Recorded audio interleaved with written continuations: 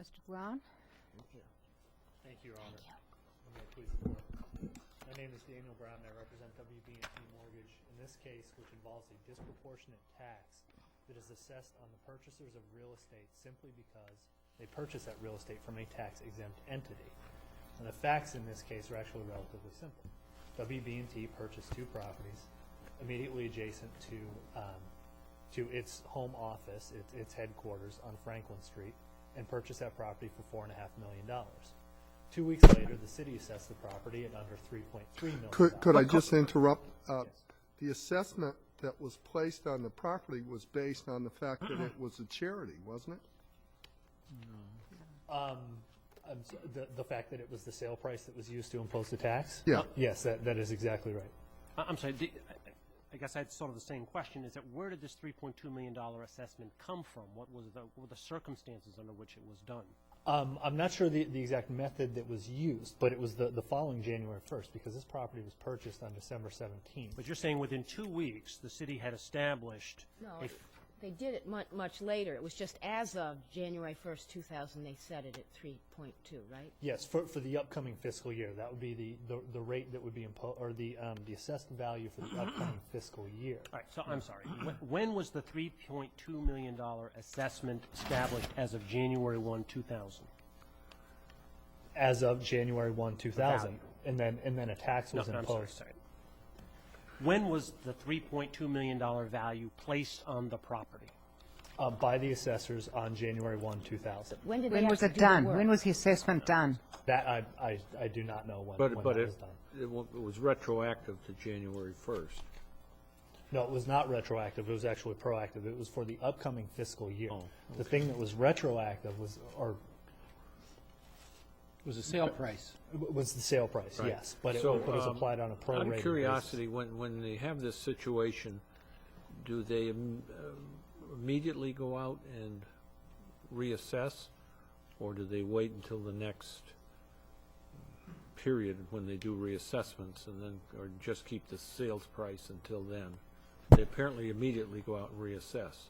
No, they only go out and reassess as for the upcoming January 1st period. So, for example, if this property were purchased on January 2nd, then another assessment would not be done until the following January 1st. Okay.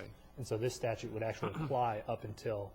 What do you do with the problem that you folks or your clients put in no evidence that that's 3.2 or whatever it was $1 million was the the real value of this place? You just said, well, there's a difference here. Why we should get the benefit of it? Well, there are two things. One, the fact that the major difference, the significant difference between $4.5 million and $3.2 million over a 2-week period indicates, as do some of the other decisions of this court, that sales price is not necessarily indicative of fair cash value. Well, that's and true. the problem here is that this statute applies a completely different method of valuation, regardless. It doesn't seek to establish fair cash value. It simply imposes the sale price. Yeah, and the Attorney General says that's fine. In this kind of unique sales, going from nonprofit to profit, they can set a separate scheme of taxation, because everybody's taxed the same way that gets into one of these situations. But the fact of the matter is that this does not create an equal system of taxation. These properties are, the value that's placed on these properties is based purely on the sales price, only because of the parties that are the parties to the transaction, the fact that it was a tax-exempt Yeah. entity. So I There's take no it indication. I take it you would not object if, in fact, at the time of the sale, the city said, all right, we will do an assessment, and we're going to assess your property as they did shortly thereafter for the upcoming year at $3.2 million. That would have been fine. That would be a completely different situation. But the But it wouldn't statute still does be not allow fine. for It that. wouldn't still be fine, would it? As long as your it were theory. on a prorated basis, that we would have a different situation. I thought your Because argument was that you shouldn't be taxed at all for that fiscal year, because as of January 1, 1999, it was tax exempt. That's their backup argument. That's not your strongest argument. Yes. Well, in this case, because this statute provides for no way of fixing or correcting the situation, the tax in and of itself is completely void. Now, the problem is that it's not that this statute sets forth sales price as one indicator of fair cash value. If this statute said a non-tax exempt entity would be taxed based on the fair cash value of the property as determined or in the same fashion as every other property in the same class, then we would have a completely different situation. But that sounds like a trick. I mean, let's assume that the city said, fine, we're assessing it, by the way, as of January 1, 2000 for $3.2 million, so we're going to apply that to the fiscal 2000 year, which is the year in which you bought in the middle of, right? No. Yes. Yes. Yes. So you'd be happy with that? No, the problem is that it has to actually be the previous January 1. That's right. So you're saying zero, that you should pay zero taxes on this property, even though it is no longer tax exempt, because it is passed to a non-tax exempt entity. Only because there is no statutory basis for imposing a tax other than Section 2C, which is wholly invalid. But if Because- 2C said the way, that, just to follow up on what Justice Crowe said, let's say 2C said instead of applying the sale price, we're going to tax you for the proportional part of the year. I mean, this was December 14th or something, right, 99? Mid-year. Yeah, so it was another 6 months in the Okay. fiscal year. So we're gonna tax you for that 197 days, whatever it was, but we're gonna do the fair cash value as of January 1, 99, even though at the time it was owned by the Catholic Church and it wasn't taxed at all. But we're gonna create what that fair cash value was, and we're gonna apply that for the 197 days left of fiscal 2000. Would you have a problem with that?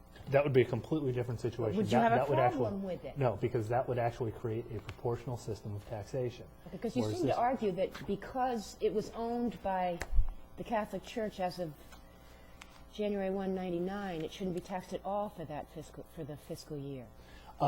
Only because the system of taxation that is created by this statute is disproportionate. And the reason that it is disproportionate is because it sets up a It's a sale completely price. different valuation scheme.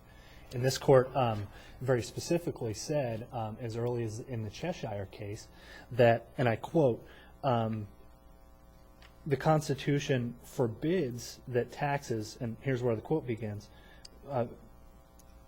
forbids their imposition upon one class of persons or property at a different rate from that which is applied to other classes, whether that discrimination is effected directly in the assessment or indirectly through arbitrary and unequal methods of valuation.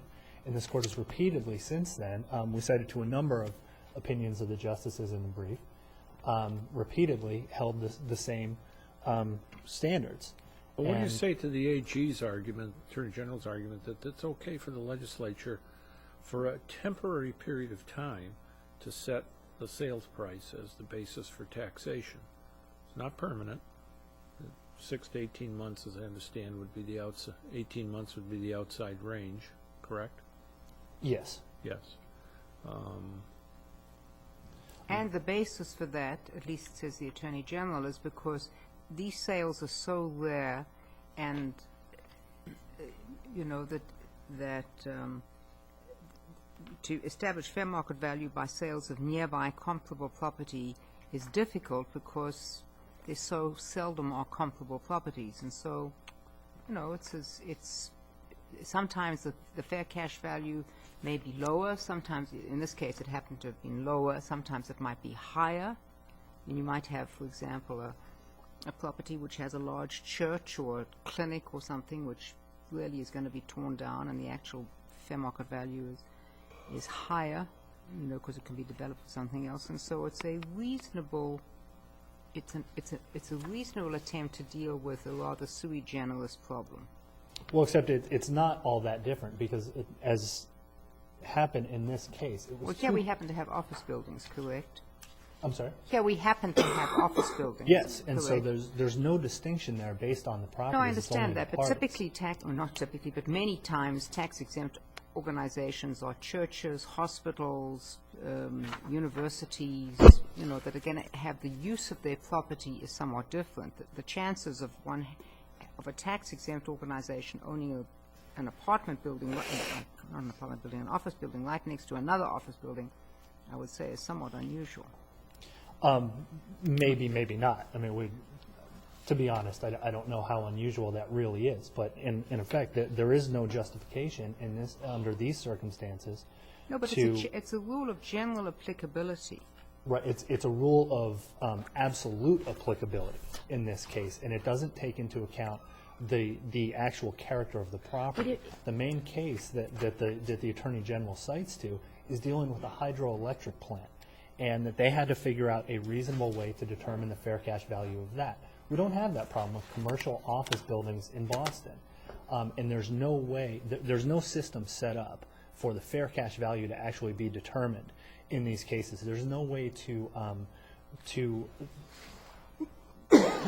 pose a tax on a different basis. What if you, this is Justice Green's question, but if you start out with the proposition that certainly sale price is a pretty good indicator of, excuse me, I'm just having to use my, pretty good indicator of what Fair market value. fair market value is. So you start with that, and then wouldn't it be up to you before the board to say, maybe that's so, but in this case, it's totally wrong because for these reasons, and this is what the fair cash value would have been?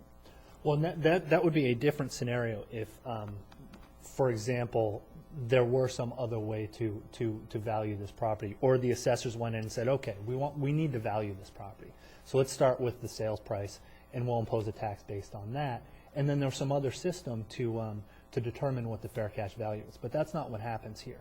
What happens here is simply because of the parties involved in the transaction, the legislature requires that the sales price be used to value the property. But that's not what the board said. The board said, look, this might be unconstitutional if as applied, but we don't have to, so many words, we don't have to bother with that because you didn't put in any evidence of what the cash value was. But the board's decision was a little too narrow in that respect. And the reason that it was too narrow is because it determined that sometimes fair cash value might equal the sales price. But this court has not decided any cases based on that premise. And that is that, for example, the 1915 opinion of the justices dealt specifically with, it dealt with personal property. And two different systems of valuation for personal property, one based on a multiplier of the income produced by that property, and another system for other property that was based on its fair cash value.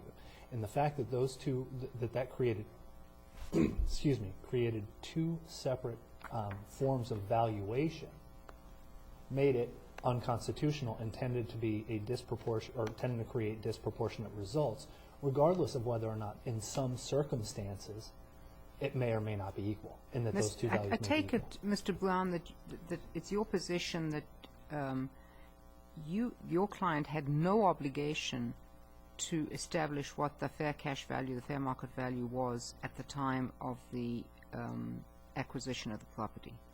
No, because there's a necessary inference from the fact that there was such a dramatic difference over a 2-week period, and the fact that that this was purchased, that these two properties were purchased right next to its headquarters, indicate that it probably paid a premium, because there are other factors that might go into. Did you have the an purchase expert price. who said that? No. We did not have an expert that said that. But that's what I'm saying. I mean, But the fact of the matter is that sales price is not necessarily indicative of fair cash value. This court held no, I understand that, but then exactly. didn't you have an obligation to put in evidence as to what the fair cash value was? No, because the fact that there is a necessary inference that it was not equal doesn't necessarily affect whether or not this statute tends to create a disproportionate result, because it can create 3 different scenarios. Either 1, it's too high, 2, it's too low, sometimes it might be equal, but not in all circumstances will it be equal, and it doesn't matter how many times it's equal or But not the board, equal. the majority of the board said they'd give you the lower assessment if you had given them some proof. But there's no authority to collect this tax other than Section 2C. And Section 2C on its face creates disproportionate results, disproportionate taxation, and therefore is unconstitutional. And it doesn't matter how much. It doesn't matter how high or low. The test for a facial unconstitutionality is if under any circumstances, if under all circumstances it's disproportionate, then it's facially bad. On one of your three hypotheses, there's at least one circumstance where it wouldn't be, and that is if what you paid was in fact the fair cash value. I actually disagree, because in several of the cases that we cited, in several of the opinions of the justices, this court specifically held that it did not necessarily matter, or I'm sorry, it didn't even go into the question of whether or not it might be equal in some circumstances, and that did not change the outcome, that the statute itself would be unconstitutional and disproportionate. Thank you, Thank Mr. Brown. Mr. Cedarbaum?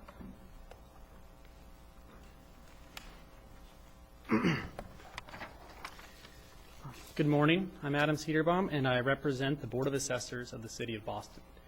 Section 2C is constitutional both on its face and as applied here. Article 4's proportionality requirement is an inherently approximate one that the legislature satisfies when it aims for equality by approximation. But approximate, but that's interesting, except if you start out by saying we're going to use two different standards, then how does this notion of approximate even apply? Right. It's not two different standards. The legislature has determined that in this limited context of Section 2C, the proximate purchase price is fair cash value. Fair cash value is not a method of valuation. Fair cash value is a concept. This court has repeatedly said it's an inherently approximate concept. Valuation is always approximate, and ordinarily it can be achieved using any number of valuation mechanisms, which might lead to different figures, all of which But this doesn't say Yeah. fair cash, it says sales price. Yeah, how do you say that's what the legislature meant? They say sales price. Yes, the legislature said use sale price.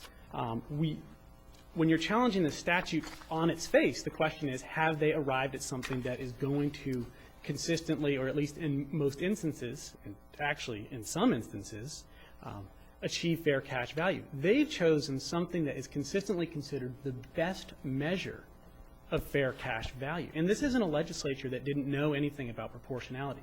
They studied this issue in the 60s and 70s. They drafted Article 112, which amended Article 4 of the Constitution in 1976. It was ratified in 78.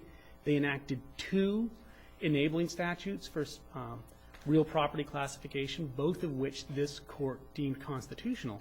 And then 6 years later, they enacted Section 2C.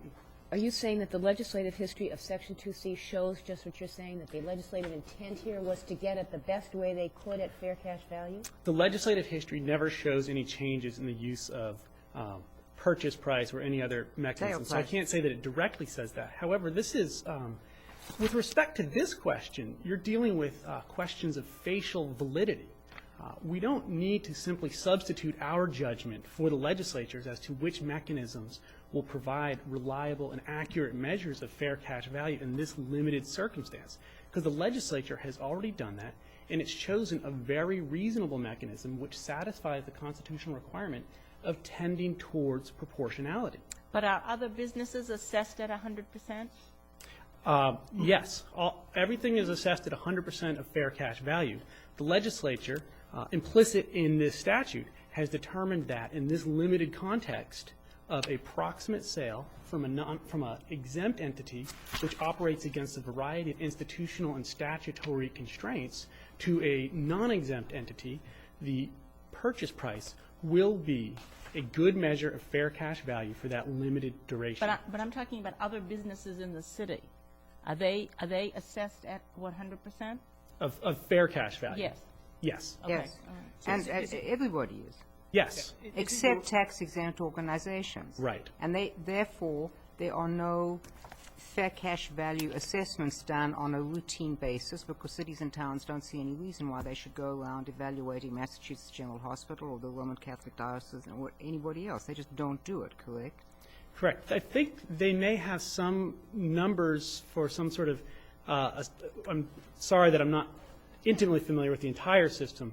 They might report some statewide figures about exempt property to the legislature, to the Commissioner of Revenue for something, but the legislature chose, if they do that, the legislature chose not to use any of those sort of figures, and, quite reasonably. I mean, those are not figures that are going to be based on reliable evidence that the assessors have a strong incentive to invest a lot of time and money in establishing. Well, if this particular type of sale is fairly rare, what's the burden in requiring the requiring the Board of Assessors to go out and do a fair cash value analysis? To begin with, I'll answer that question in 1 second, but I'd like to start by saying I don't know if we have to figure out what the burden is. The question isn't, do we think the legislature chose the mechanism that we would have chosen if we were going to go back and try to solve this problem anew? It's, did they choose a constitutionally valid mechanism for dealing with this tax gap? However, I think that the it's answer obvious. is a recognition that there are very few comparables, and purchase price is often a pretty good indicator. Yes, it's They usually did the this best 2.5 evidence. years later, didn't they? They issued the bill, I think, almost 2 years later, yes. And when did they do the assessment for the, that valuing the property as of January 1, 2000 at $3.2 million? I don't know. The record does not indicate that. But would it, well, okay. The It record would have doesn't been indicate- before January 1, 2000, correct? Excuse me? It would have been before January 1, 2000? That's not. No, the record does December not indicate 14. when that is. I mean, I think logically it probably would have been after that, because this property didn't sell until December of '99, and probably until then the assessors weren't even bothering with it at all, which, leads us to, confront Does the the real. record show what method of valuation they used to arrive at the 3.2? No, it doesn't. In fact, in weighing the evidence, the appellate tax board mentioned that. The record is silent as to the method, it's silent as to what information the assessors had, or as to whether they were even aware of I've the seen sale that price. they did it on the basis at least of comparables in the area. I mean, the Yeah, record I is mean- silent, but you couldn't have an absolutely off-the-wall number, high or low, because Yeah, the record is silent, unfortunately. Could I ask this question?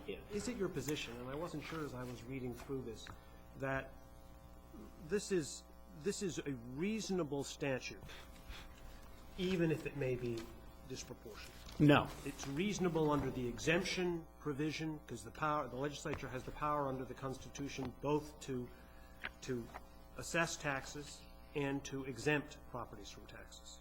And Right. you suggested at one point this is since the legislature has the power to do reasonable exemptions, this process this termination of an exemption is reasonable, therefore we should assess it on that basis. Right. I think the legislature had two independent grounds of constitutional authority to enact this. I think it is clearly proportional, so they had grounds to do it as a proportional tax. However, I think they have an entirely independent ground to enact it as a reasonable mechanism to terminate a tax Yes, exemption. but that would make sense if you were terminating the exemption for the person that held it, but you're not. You're terminating the Catholic Church's exemption because the Catholic Church no longer holds it. So why should, it just seemed to me that didn't make logical sense when you were changing when the reason for the termination of the exemption is not because you're treating the same person differently for some reason, but you've totally switched players. Well, it is still reasonable because we're talking about a piece of property that is receiving government benefits and receiving government protection that, for some portion of the fiscal That's good year, for the Catholic Church, but that's Right. not. isn't contributing anything to those services because it contributes in other ways, we've determined. And then you have a new property owner who is holding this property in a manner that doesn't contribute to the burden of government in any way, and therefore you have terminated the exemption. And I understand what you're saying. In your theory, I take it on that argument, the legislature could say, well, it's a termination of exemption, so we're going to charge for that first year $1 million of tax. No, That's it. because that wouldn't be reasonable. I mean, here we have something that is clearly reasonable because it doesn't offend this background notion of proportionality anyway. And as I've discussed in other portions of my brief, it's proportional anyway. So it's only proportional within a small category of people. It's not proportional within the wider category. it's proportional to other. It's proportional within the classification of real property. It uses the same tax rate. It taxes you only for the portion of the year that you hold the land in a non-exempt fashion, and it uses a valuation mechanism that is the best measure of fair cash value. Fair cash value, I have to reiterate, is an inherently approximate standard. You can arrive at it using any number of valuation mechanisms. This is usually the best one. You, of course, adopt then the Attorney General's argument. Yes, I do. That the legislature has the authority to do this, on all the reasons you just explained, that the sales price is a very good indicator of what the property is actually worth, and it's only temporary. Yes, and that temporary is very important. This court relied on it a lot in deciding Keniston, which allowed the legislature to establish a limited abatement mechanism. What we have here is very similar. It operates for a limited time, and any small deviations that the taxpayer is pointing to, although the legislature has determined they don't exist, are okay under Keniston. So based on that argument, if we so find that the legislature could do this permissible, so forth, we don't have to get to the majority result of the appellate tax board, which of course is, it could be unconstitutional, but there's a burden on the taxpayer to show that fair cash value at the pertinent time wasn't correct. Right. I think, with all due respect to the appellate tax board majority, I think that they articulated an incorrect standard for proportionality. It was far more exacting than anything this court has ever articulated.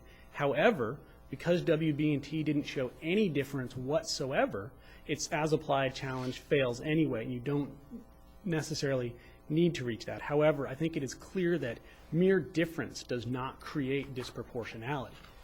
In looking at the constitutional nature of this statute, we talked about it being temporary, but if in fact they had purchased the property on January 2nd of 2000, this would be the tax they would have to pay for 18 months. 1.5 fiscal years. Right. Do we have to deal with that? No. I have a few things to say to that. First of all, that's not an issue here. WB&T does not have standing to raise to challenge portions of the statute that did not apply to it. However, I'd point out that it would still be clearly proportional. That's still a limited period of time. More importantly, you're still paying the same tax rate as all other commercial property owners. You're paying for that full second fiscal year that you own it. And the relevant January 1st... Say that to a property owner whose property has been assessed at $3.2 million, who's paying taxes on $4.5 million. Well, the relevant January 1st in your example, though, would have been one day before the sale. So you would be turning around and saying, no, I don't want to admit that this land had that value to me one day ago. So I don't think that it would... As we know, the value to an individual purchaser can be for a whole bunch of reasons that have nothing to do with the fair cash value of the land. It's close to us. Therefore, for our purposes, we value it very highly. But that wouldn't affect at all, presumably, how it's assessed. Because we have a special factor that makes this land much more valuable to us. But we're paying a premium. We're paying a premium, yeah. First of all, there's nothing in this record about that. This is speculation about whether fair cash value is actually well tracked by purchase price. That's sort of a determination about how the real world operates that when we're evaluating statutes on their face is left to the legislature. They've made the determination in this case that it does accurately track it. I'd like to go back to the question of the alternative analysis. Section 5, which creates the exemptions, talks about property that is exempt, but it also talks about persons who receive the exemption. In the statutory scheme, is it property that's exempt, or does the taxpayer receive the exemption? The taxpayer receives the exemption. So that the alternative analysis fits fairly nicely into that answer. Absolutely. The Catholic Church had an exemption. The legislature had to find a way to terminate that exemption without letting banks or other for-profit purchasers, enjoy anywhere between 6 and 18 months of tax-free property ownership. But the argument could be made that when they took it away, they still had to deal with the constitutional requirement of proportionality. Yes. So I think I'd answer that in two ways. First of all, this statute is proportional, so it's not a problem. And traditionally, I think when you keep saying that, Mr. Cederbaum, but you go through 1, 2, and then you don't hit the third. It's not proportional. It's proportional for rate. It's proportional for the period of time. But it's the third one which is at issue here, which is it's being assessed to which the rate will apply using a different one. And at least, unless we just flat out say if the tax board is wrong, it does permit a disproportionate tax where the purchase price exceeds the fair market value the fair cash value, rather. Right.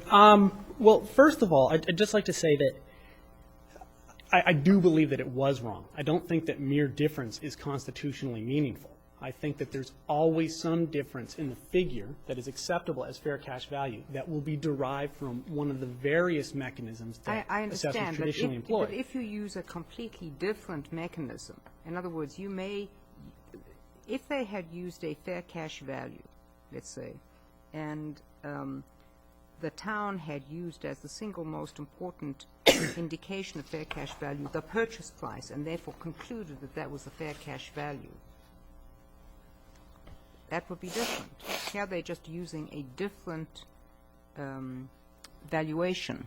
Well, first of all, purchase price would always be one of those mechanisms that's available to the assessors. Also, we're at this point, this conversation is about assessing the legislature's decision on its face. It's an eminently reasonable decision. It's one that repeatedly tracks it. And the prediction that there might be some strange circumstances where purchase price doesn't reflect fair cash value isn't something that's before us on this record and isn't something that we deal with when we're assessing a statute on its face.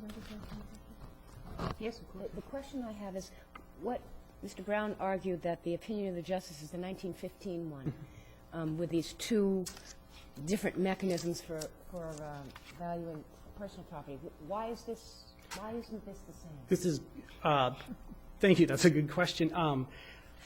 This court has held that unequal methods of valuation offend proportionality. It has never held that different methods. In fact, it's recognized as repeatedly as recently. As you said, those two methods could come up with the same. Potentially, maybe in some, tiny fraction of cases or sometimes. The difference is here, the legislature has selected a mechanism that tends to track fair cash value very closely. In that case, let's put it this way. It says sale price. The legislature says sale price, right? Right. And let's say that there is a perfectly appropriate inside, not bargaining at equal length. In other words, let's say a tax-exempt property wants to sell its property to a particular purchaser and will do so at a much, much lower rate because it wants that buyer to do it, or vice versa. It sells its property at a far more elevated rate because it wants that person and nobody else to buy the property because they're going to be abutters or whatever it is. In other words, there's no correlation between the sales price Right. Well, that is and the not, market value. Yeah, that's not in the record here. So that's not the case that this court's dealing with. That would be sort of a hypothetical problem Well, that you'd only deal with. We have a evaluation that within, what's it, 2 weeks or 3 weeks? 2 weeks. 2 weeks. Yes, but you're also confined to the appellate tax board's findings, which were that that WB&T did not demonstrate any difference. If the church had called the Board of Assessors saying, look, we're falling on hard times, we're going to convert the church into a movie theater as of December 14th, 2001, what would the town have done? Would they, there's no sales price, would they have done a fair cash value analysis? Yes. However, I mean, under this statute, I don't think that we would have even been able to deal with it until the following standard statutory tax cycle rolled around. I think this would only deal with sales of property. If the church wanted to start using its property for a non-exempt purpose, there might still be some statutory gap in the tax collection. That is not a constitutional problem. But 2C applies only to a sale of real estate, so just Yes. seen as... Right, so I don't think it would apply. Thank you, Mr. Seaborn. Thank you very much.